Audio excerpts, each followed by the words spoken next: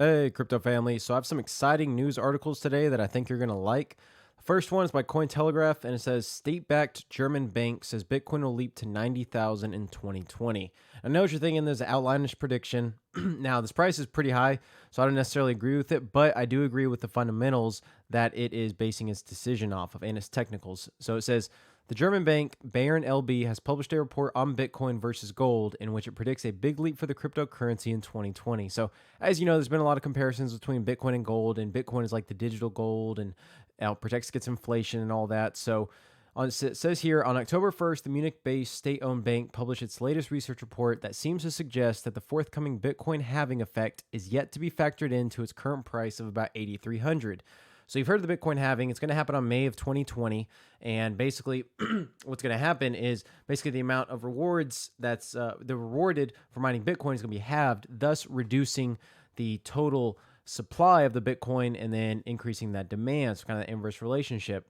It says a financial institution explained that gold had to earn its high stock to flow ratio the hard way over the course of a millennia.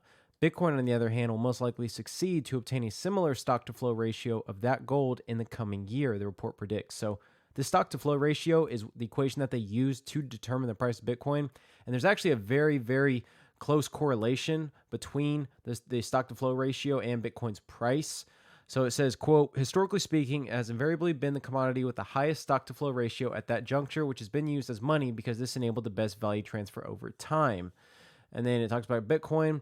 And it says, quote, if the May 2020 stock to flow ratio for Bitcoin is factored into the model, a vertiginous price of around $90,000 emerges. This would imply that the forthcoming halving effect has hardly been priced into the current Bitcoin price of approximately $8,000.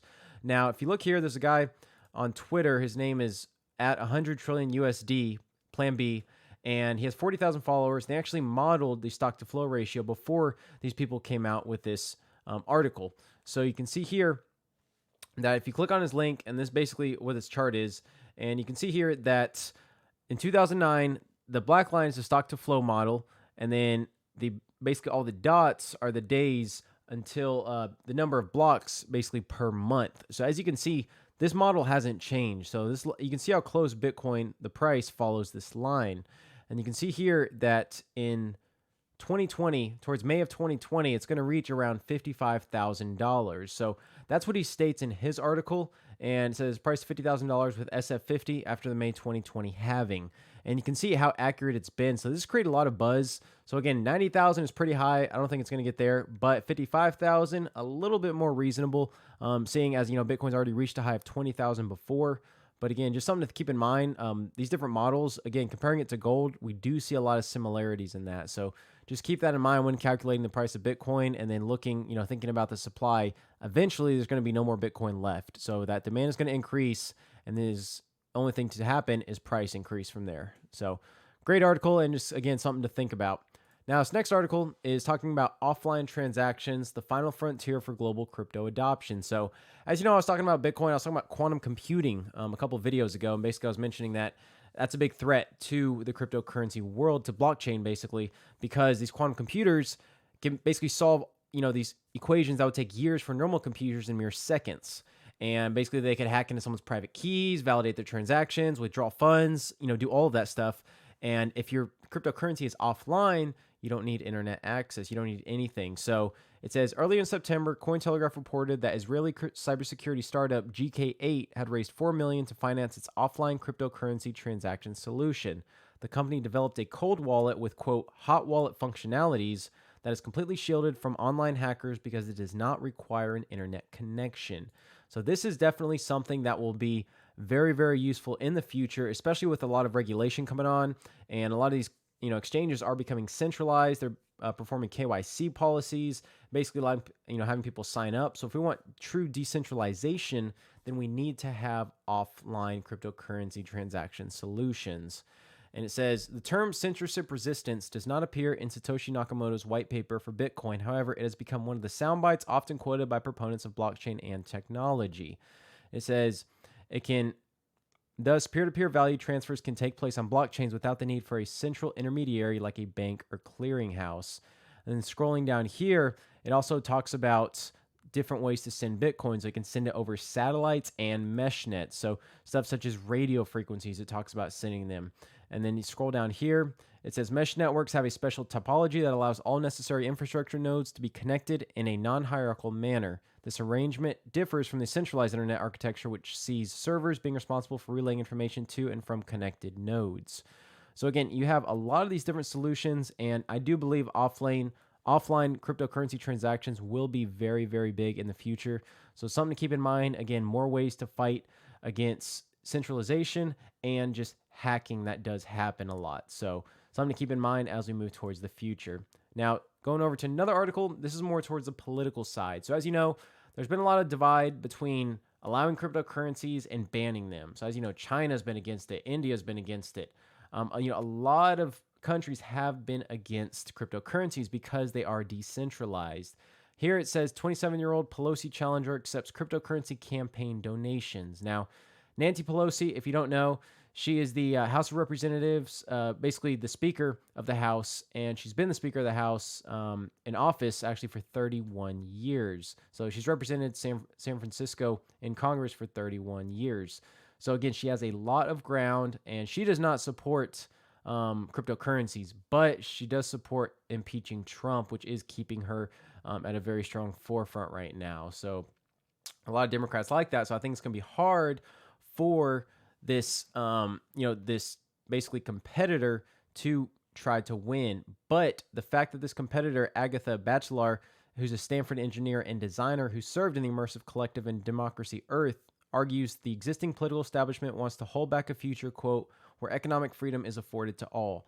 And she actually accepts donations in 5 cryptocurrencies, including Bitcoin, Ethereum, Bitcoin Cash, Litecoin, and USDC onto her Coinbase wallet. So I think this is definitely something that we'll see more of as we continue on with these political campaigns and just as cryptocurrency adopts more and more.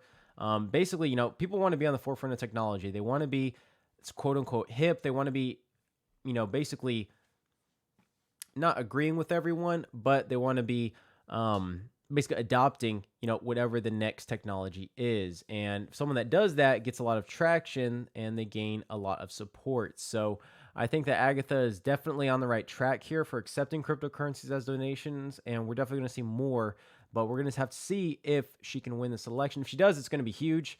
I don't think she is, just because of the lack of experience and how long Nancy Pelosi has been in the House. But again, you never know.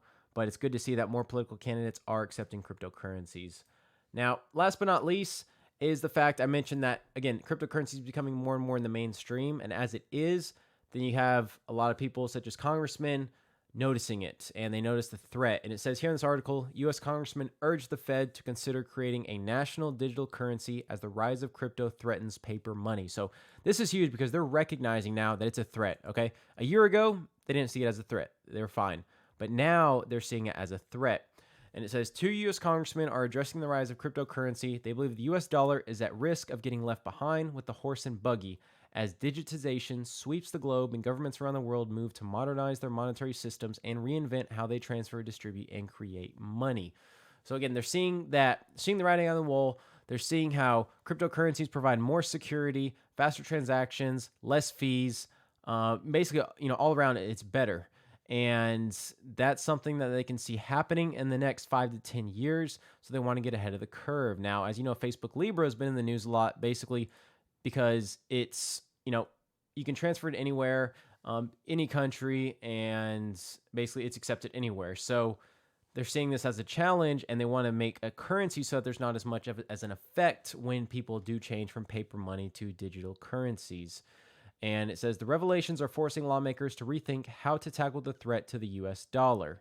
And then, quote here, it says, as you're aware, the nature of money is changing. While this is not a new phenomenon, one might recall the advancement of paper money in China in the 9th century from a coin-based system. More recent advancements could be described as an inflection point in the evolution of money and payment. So they recognize this, and they're trying to get ahead of the curve. But it's going to be hard because, again, cryptocurrencies have made such an impact, and there already are those staples that people are already looking towards. Again, Bitcoin, Ethereum, a lot of coins are already in the spotlight. So it's going to be hard for people to want to switch to other digital currencies, especially stable coins, when you can, invest in something that is essentially treated as digital gold. So just an investment perspective, I mean, that's also, kind of a basically a win-win because you can pay for it and it's also increasing in value a lot of the time. So with that, I hope y'all enjoyed this video. If you did, please give it a like. I really appreciate it. Please subscribe if you haven't. Leave a comment. And until next time, thanks for watching.